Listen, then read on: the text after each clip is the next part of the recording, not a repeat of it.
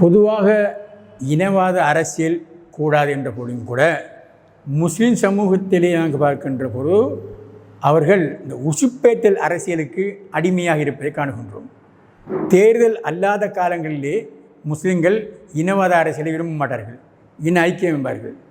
தேர்தல் காலத்திலே வேண்டுமென்றே இந்த மக்களை உசுப்பேற்றி தங்களது வாக்குகளை பெறுவதற்காக வேண்டி முஸ்லீம் காங்கிரஸ் போன்ற கட்சிகள் இனவாதத்தை முஸ்லீம் மத்தியிலே விதைத்து அல்லது பிற இனவாதிகளை கொண்டு வந்தாவது அல்லது அவர்களை பேச வைத்தாவது அவர்களை செயற்பட வைத்தாவது நாங்கள் இனவாதத்தை உருவாக்கி காணுகின்ற அரசியல் வாக்கெடுப்பை காணுகின்றோம்.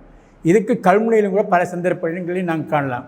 ஒரு உள்ளூராட்சி தேர்தலிலே ஒரு தமிழ் கூட்டமைப்பைச் சேர்ந்த ஒருவர் ஒரு காரியப்பெரு வீதியை உடைத்தார். இதே தேர்தல் நேரத்தில் எழுந்த ஒரு பிரச்சனையாக்கி அதனை இனவாதமாக காட்டப்பட்டது. கடந்த பொது தேர்தலில் ஞானசார கல்முனைக்கு வரப்போகின்றார் என்று சொல்லி பயன்படுத்தினார்கள். கருணாவும் கூட இனவாதி தான். ஆனால் கருணாவை இங்கே ஃபோக்கஸ் பண்ணி கருணா வந்து விடுவார் கல்முனையை பிடிப்பதற்கு என்று சொல்லி மக்களை உசுப்பேற்றுகின்ற ஒரு அரசியல் செய்கின்றார்கள்.